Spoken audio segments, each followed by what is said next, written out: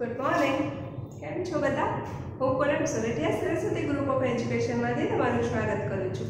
Students, આજે આપણે ની પાછળ અહીંથી મેં ડોગરી નહીં બનાવ્યું પણ હવે તો ચાલશે કેમ કે આપણે ફર્સ્ટ પાર્ટમાં આપણે જોઈ લીધું છે, બરાબર।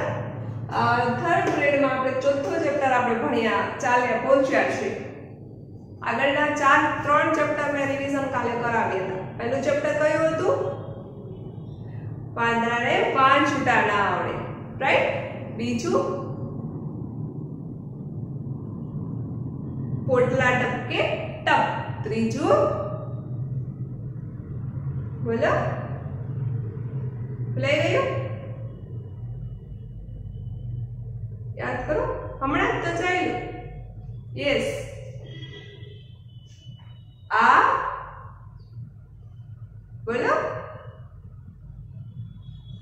बोलो पतंगियु पिल्लू आવું કંઈક હતું। હા, પતંગિયું મારા પિલ્લુનું।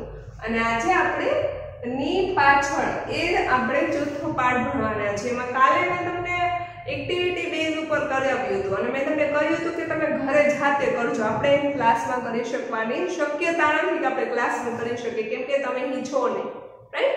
તમે કહ્યું હતું કે દિવાસળીની સળીઓ લેવાની છે, પછી એના खोखा बनावाना छे, પછી એના બોક્સીસ બનાવીને જોવાનો છે કેટલા ટ્રાયેંગલ બન્યા, કેટલા ચોરસ બન્યા, કેટલી દિવાસળીની જરૂર પડી, આવું બધું જોયું હતું કે નહીં? યસ। પછી પેલા ચિત્રો આપેલા હતા અને ચિત્રો ઉપરથી તમારે જોવાનું હતું કે કયો શબ્દ બને છે, ચિત્રો બી બને અને શબ્દ બી બને છે। જોયું હતું? લેક્ચર તો જોઈ લીધો ને સરસથી આજે? Okay, good. तो હવે આજે આપણે આગળ વધવાના છીએ જેમાં આ શું દેખાય છે બાળકો તમને? દીદી શું દોર્યું છે કે લખ્યું છે? હા, લખ્યું તો છે પણ જુઓ ને કંઈક જરા બને છે એવું પણ દેખાય છે મને। ઓકે, પેલા વાંચી લઈએ। દૂધ મને શક્તિ આપે છે, દૂધ મને શક્તિ આપે છે। દૂધ છે ને બાળકો એ ખૂબ જ હેલ્ધી ફૂડ છે। हेल्दी फूड, फूड એટલે કે ખાઈ શકો ને બધું ફૂડમાં આવે, રાઈટ? એ તો માનો છો? ફૂડ એટલે ખોરાક, ખોરાકમાં જે તમે ખાઓ પીઓ એ બધું ખોરાકમાં આવે।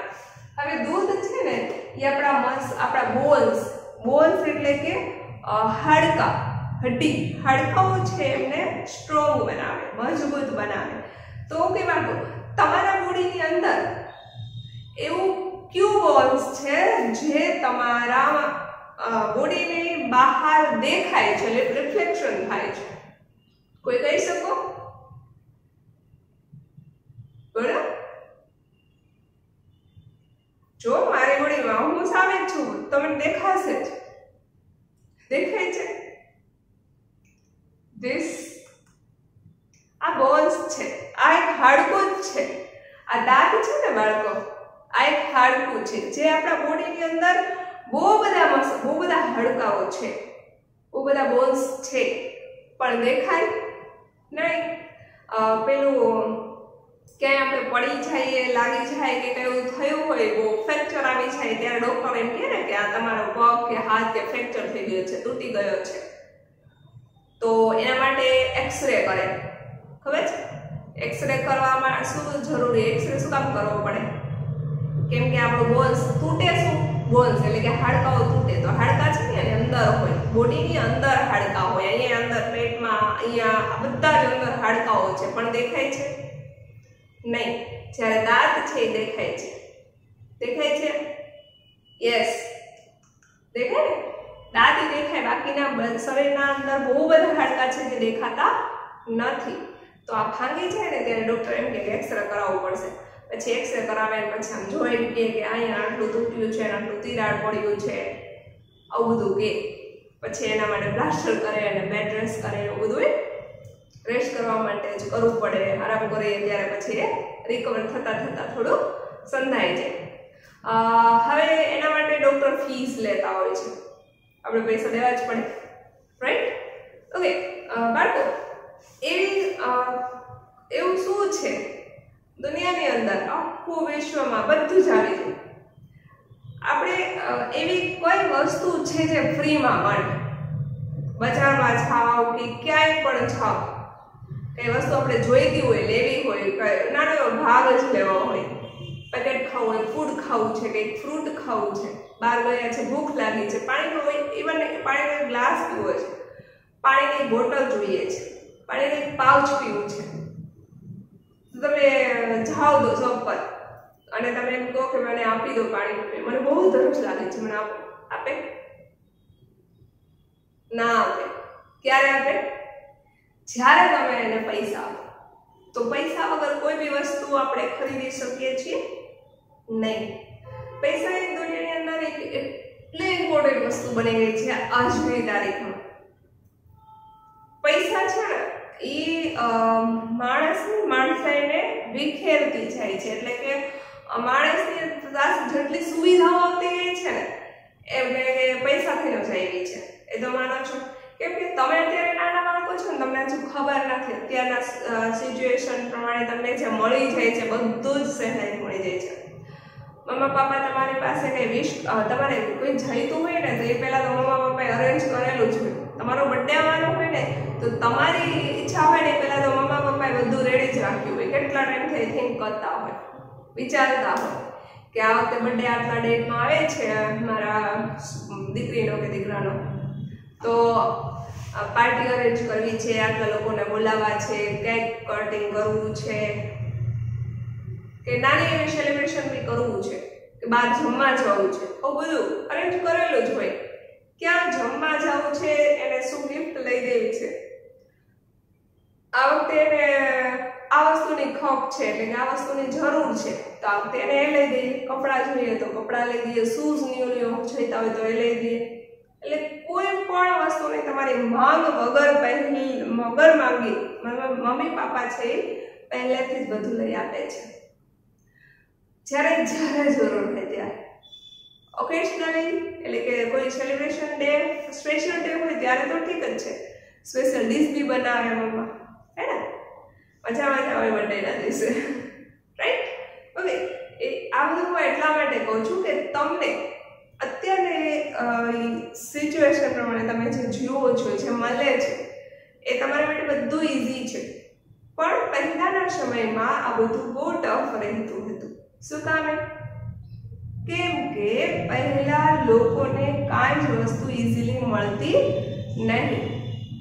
પહેલા આટલો જમાનો આટલું વસ્તુ મોંઘી મળતી પણ નહીં. તમને બહુ નવાઈ લાગશે કે 50 પૈસા તો તમને ખબર બી નહીં હોય કે 50 પૈસા કેવા હોય. એની અત્યારે વસ્તુ એટલી કિંમત જ નથી.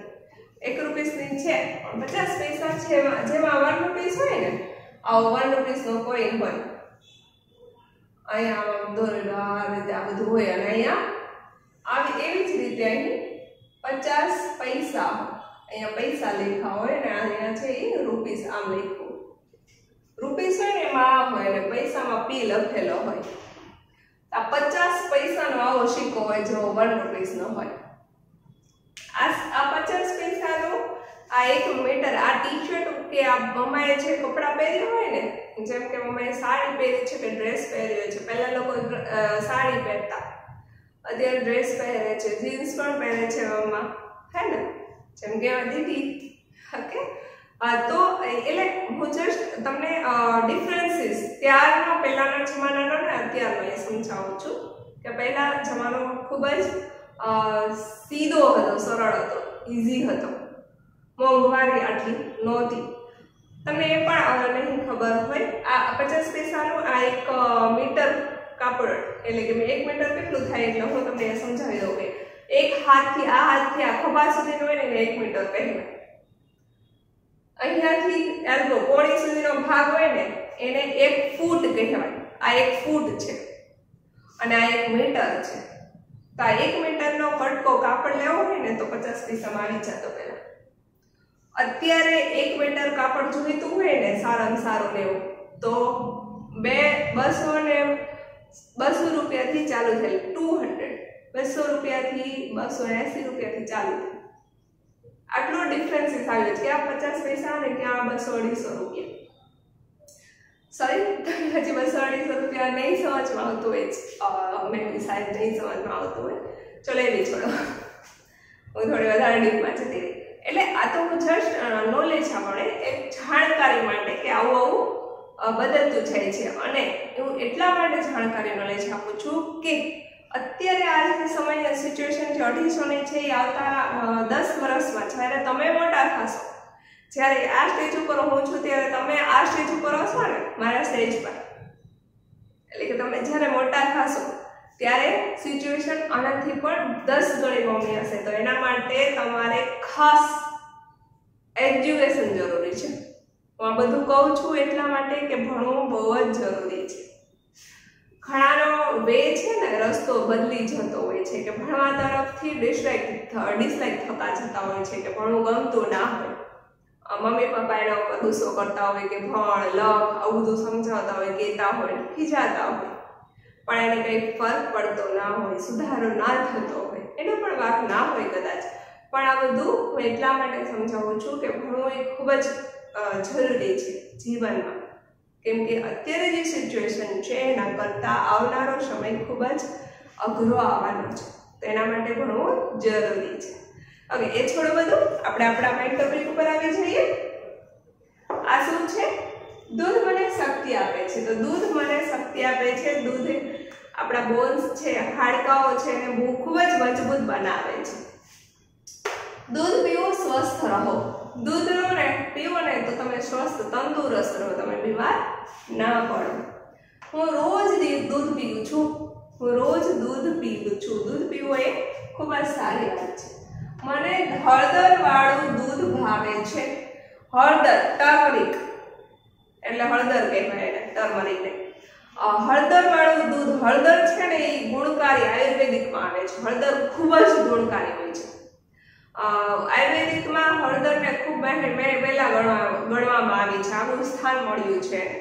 અત્યારે પણ કફ કે એવું થયું હોય તો ડોક્ટર સલાહ આપે કે હળદર વાળું દૂધ પીવાનું. અત્યારે કોરોનાના લીધે પણ મમ્મા છે એ હળદર વાળું દૂધ વધારે પીવડાવતી હોય, તો હળદર ખૂબ જ સારી. તો અહીંયા આગળ કહે છે કે મને હળદર વાળું દૂધ ભાવે છે. શક્તિદાયક દૂધ. દૂધ છે એ શક્તિદાયક છે. શક્તિદાયક એટલે કે શક્તિ આપનારું એ દૂધ છે. આ મારો કપ છે. આ શું છે બાળકો? મારો કપ છે. તો જો હવે સમજમાં આવે છે કે આ શું થયું? હું થોડી લાઈન બનાવું, જોઈન કરતી જઈશ એટલે કદાચ થોડું કપ જેવું બની છે ને તમને બી સમજમાં આવી છે. યસ, બેન તો બરાબર. 312 નું બાને છે પણ માને તો છે.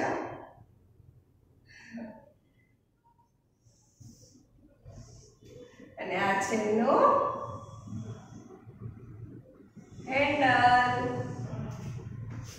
જોયું? આ શું બની ગયું?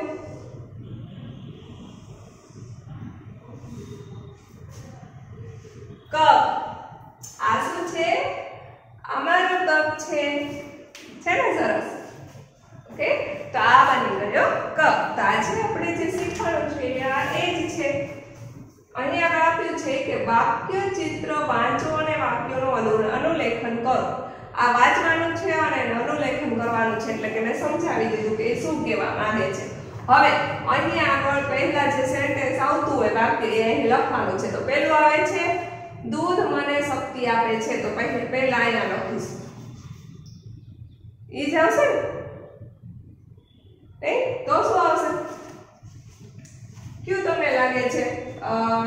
દૂધ પીવો, સ્વસ્થ રહો, રોજ દૂધ પીવું છું, કે મને હળદર વાળું દૂધ પીવાવે છે, શક્તિદાયક દૂધ, કેમ આ મારો કપ છે? શું આવશે? આપણે પહેલેથી જ લેતા છે. તો દૂધ મને શક્તિ આપે છે, પહેલા અહીં એ લખીશું. પછી દૂધ પીવું, સ્વસ્થ રહો, બીજી લાઈનમાં. પછી હું રોજ દૂધ પીવું છું, ત્રીજી લાઈનમાં. મને હળદર વાળું દૂધ ભાવે છે, ચોથી લાઈનમાં. શક્તિદાયક દૂધ, પાંચમી લાઈનમાં. અને લાસ્ટમાં છે આ મારો કપ છે, છેલ્લી લાઈનમાં. જો અહીંયા આગળ 1 2 3 4 6 લાઈન છે અને 6 વાક્ય આપ્યા છે। જ્યારે તમને બોક્સ કેટલા આપેલા છે, લાઈન કેટલી છે તો કે 2 4 6 ને 8। શું કામ? કેમ કે આ વાક્ય છે એ મોટું છે, આ વાક્ય છે એ મોટું છે। આમાંથી ઘણાના અક્ષરો છે એ મોટા થતા હોય તો અહીં તમે વધારાની 2 લાઈનો વધારાની લાઈનો છે એ 2 બોક્સમાં લખી શકો, એટલા માટે અહીં લાઈન આપી છે। બાકી તો તમારામાં જો સમય જતો હોય તો કોઈ વાંધો નથી, સમાડી દેવાનું। ના સમય તો 2 લાઈનો યુઝ કરી શકો। આ હું તમને પીડીએફ માં હોમવર્કમાં મોકલીશ, પછી લખજો। હા, અને અહીં મેં તમને લખીને મોકલ્યું છે આગલા લેક્ચરમાં, જેમાં અહીં થોડું ના દેખાતું હોય તો અહીં 4 છે, પણ જો કે તમને તો આવડી જ જતું હશે કે બીજી આકૃતિમાં ચોરસ કેટલા છે તો કે બીજી આકૃતિમાં ચોરસ છે 1 2 3 ને 4। રેડી? Very good. હવે સેમ આ જે છે એવું જ અહીં છે, તો આ ચિત્ર શેનું છે? ઘર।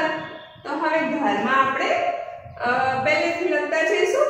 મમ્મીનું ઘર, પાપાનું ઘર, નાના મોટા સૌ બધાનું ઘર। મમ્મીનું ઘર, પાપાનું ઘર, નાના મોટા સૌ બધાનું ઘર। ઘર ટાઢ, તડકો અને વરસાદ સામે રક્ષણ આપે છે। ઘર છે ટાઢ એટલે કે ઠંડી, ખૂબ ઠંડી હોય ત્યારે ઘર છે એ સહાયક રક્ષક બને છે। તડકા એટલે કે તાપ, વરસાદ એટલે કે વરસાદ સામે રક્ષણ આપે છે। જો આપણે ઘર હોય ને ઘરની અંદર રહેતા હોય તો તડકો, ટાઢ અને વરસાદ સહન કરવો પડે નહીં, એનાથી આપણને બચી શકાય, રક્ષણ મળે। પછી ઘરમાં પરિવારના બધા સભ્યો રહે। મારા ઘરની અંદર પરિવારના બધા સભ્યો રહેતા હોય છે અને અમારા ઘરે આવું બધા દોસ્ત અને મહેમાનોને ખૂબ ગમે છે। અમારા ઘરે આવું બધા દોસ્ત અને મહેમાનોને ખૂબ જ ગમે છે। શા માટે? કેમ કે અમે એમની આગતા સ્વાગતા ખૂબ સારી રીતે કરીએ છીએ। બધા ભેગા મળીને જમીએ, રમીએ, વાતો કરીએ તો મજા આવે। તો બધાને આપણા ઘરે આવું ગમે ને? યસ। પછી મારા ઘરમાં એક મોટી અને ખુલ્લી બારી છે। મારા ઘરમાં એક મોટી અને ખુલ્લી બારી છે। રમવાનું, જમવાનું, બાલ કરવાની જગ્યા, વહાલું મારું ઘર। જો અહીં ઘરની વાસ્તવિક એટલે કે ઘર વિશે કહ્યું છે કે રમવાનું, જમવાનું, બાલ કરવાની જગ્યા એટલે મારું વહાલું ઘર। ઘર હોય ને બાળકો ત્યાં આપણને રમવાની, વાલ કરવાની, આપણું ઘર હોય ને તો આપણને બહુ જ મજા આવે। આપણે કઈ બીજાના ઘરે ગયા હોય તો થોડું સંકોચ થાય કે આપણે એના ઘરે જઈને બેડ ઉપર કૂદાકૂદી કરવી હોય તો કૂદાકૂદી કરીએ, સોફા પર છલાંગો ઉછાળો કૂદ કરવી હોય તો કરીએ, ના કરીએ। હા, જે તોફાની બાળકો હોય એ કરે, પણ ડાયા બાળકો હોય એ કરે નહીં। પણ જો આપણું ઘર હોય તો આપણે મન પડે એ રીતે વસ્તુઓ છે એ રમકડા ટોયસ છે એ આપણે લઈને જતા રહીએ રમવા। સાયકલ છે તો આપણે ચલાવવા લાગીએ, આપણી જ વસ્તુઓ ગમે ત્યાં હોય ત્યાંથી લઈને આપણે કઈ દી લઈ લઈએ, પાછી મૂકી દઈએ, બીજી લઈ લઈએ, પાછી મૂકી દઈએ, ત્રીજી વસ્તુ લઈએ રમવા માટેની। ખાવું હોય તો ફ્રીજમાંથી કાંઈ પણ ખોલીને ખાઈ લઈએ, ચોકલેટ પડી હોય તો એ ખાઈ લઈએ, આઈસ્ક્રીમ પડી હોય તો એ ખાઈ લઈએ, રાઈટ? પણ ત્યારે આપણું ઘર હોય ત્યારે। પણ બીજાના ઘરે ગયા હોય તો આપણે આ કરવામાં થોડું સંકોચ થાય, આપણે કરી શકીએ નહીં। કરીએ તો મમ્મા આંખો કાઢે, તને ના નથી પડી? ખરે ને? તને ના નથી પડી કે માંગતો નહીં? ખાસ કરીને બોયઝ હે, બહુ નોટી હોય આ છોકરાઓ બોયઝ, મને ખબર છે। ઓકે, નો પ્રોબ્લેમ। એ તો તમે નાના બચ્ચા છો, મોટા થશો તો જાતે સમજી જશો બધું। હા, હવે આ ઘર વિશે થઈ ગયું। ત્યાર પછી અહીંયા આગળ પાછળનો પેજ છે, એમાં આપણે છે કે ખોટા શબ્દ હોય એના ઉપર ચોરસ કરવાનું છે। તો આ પીડીએફ કરીને મોકલી દઈશ, પણ આમાં હું અત્યારે સમજાવી દઉં। જ્યોર્જ, કાળગ અને કાગળ બે શબ્દો આપેલા છે, કાળમ ને કાગળ, તો વડે રંગબેરંગી વિમાન બનાવે છે। हाँ तो रंगबेरंगी विमान बनावे पण काळा दોરે કે કાગળ વડે? યસ, કાગળ વડે. તો ખોટો શબ્દ કયો થયો? કાળો. એટલે કે પહેલો શબ્દ. તો પહેલા શબ્દની ઉપર આપણે શું કરવાનું છે? ચોરસ બનાવી દેવાનો, લંબ ચોરસ બનાવી દેવાનો છે. ચલો તમને બનાવી નાખીશ. દાદા રબાબીમાં કોફી પીવે. રકાબીમાં કે રબાબીમાં? યસ, રકાબીમાં. તો રબાબીમાં લંબચોરસ. પેન્સિલથી લખેલું ભૂસી શકાય છે. પેન્સિલથી કે પેન્સિલથી લખેલું ભૂસી શકાય? લખેલું ક્યારે ભૂસી શકાય? પેન્સિલથી લખવું હોય કે પેન્સિલથી લખેલું હોય? ઓફકોર્સ પેન્સિલથી લખવું હોય તો ઇરેઝ કરીને આપણે ભૂસી શકીએ. તો પેન્સિલ આવશે. તો પેન્સિલથી એમાં લંબચોરસ. મેઘાએ લાલ રંગના ફુગા ફુલાવ્યા. રંગના અને રગના. રંગ એટલે આપણે આનો રંગ થઈ જાય, નળી રસ એ રંગ થાય. તો રંગના એટલે રંગના છે એનામાં લંબચોરસ. અજગર અને અજગર. ઝાડને વીંટળાઈ ગયું. ઓફકોર્સ અજગર. તો અગજર છે એમાં લંબચોરસ. વાળ કાપા વણ અને વાહણંદ આવે છે. પાસે જવું પડે. વાહણંદ અને વાહણંદ. તો સાચો આવશે વાહણંદ. અળ છે એમાં રાઈટ અને વાહણંદ છે એમાં લંબચોરસ. ફિરદૌસ નમૂના પ્રમાણે અને પ્રણામે. કાગળનો પંખો બનાવે બવાલે છે. તો પહેલું આવશે પ્રમાણે અને પ્રણામેમાં લંબચોરસ. બનાવે અને બવાલેમાં લંબચોરસ. શ્વાસો શ્વાસ. શ્વાસ બોલવામાં તકલીફ તકલીફ પડે છે. જેમ મને પડે છે. તો પહેલો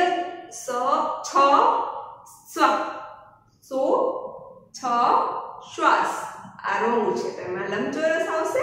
અને તકલીફ અને તફલીક તો તફલીકમાં લંબચોરસ આવશે. અને અલગ અગલ રંગના કાગળના ટુકડા ચોંટાડો. ચોંટાડો અને ચોંડાટો.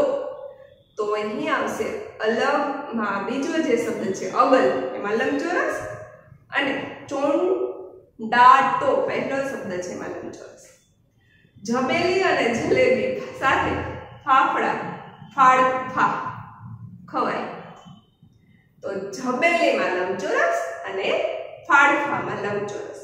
મેં ગરમા ગરમ દૂધ પીધું. તો ગરમા ગરમ એ સાચો શબ્દ છે ને પહેલો શબ્દ છે ગરમા ગમર એ ખોટું. તેમાં લંબચોરસ. અને દધુ અને દૂધ તો પહેલો છે દધુ તો લંબચોરસ. મજા આવે એવું છાતા. તમારી બુક ખરેખર બહુ સરસ છે. મેં કહ્યું હતું ને કે આ તમે અહીં સ્કેન કરો ને તમારે આનું બધું નોલેજ આપી દે. કરજો ફ્રી ટાઈમમાં. આમ એ શું કામ છે? થોડું નોલેજ વધી જશે અને દીદી સમજાવશે તો વધારે આવડી જશે. ઓકે, ચલો બાળકો આપણે આ લેક્ચર અહીં સુધી રાખીએ. ત્રીજો ભાગ જ્યારે આપણે લેશું ને ત્યારે અહીં આગળ એવું આપ્યું છે કે પડછાયા બનાવો અંધારું કરીને.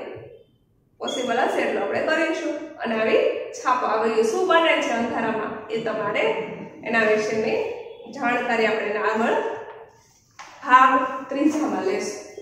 અહીં આપણે પૂરું કરીએ. નમસ્તે.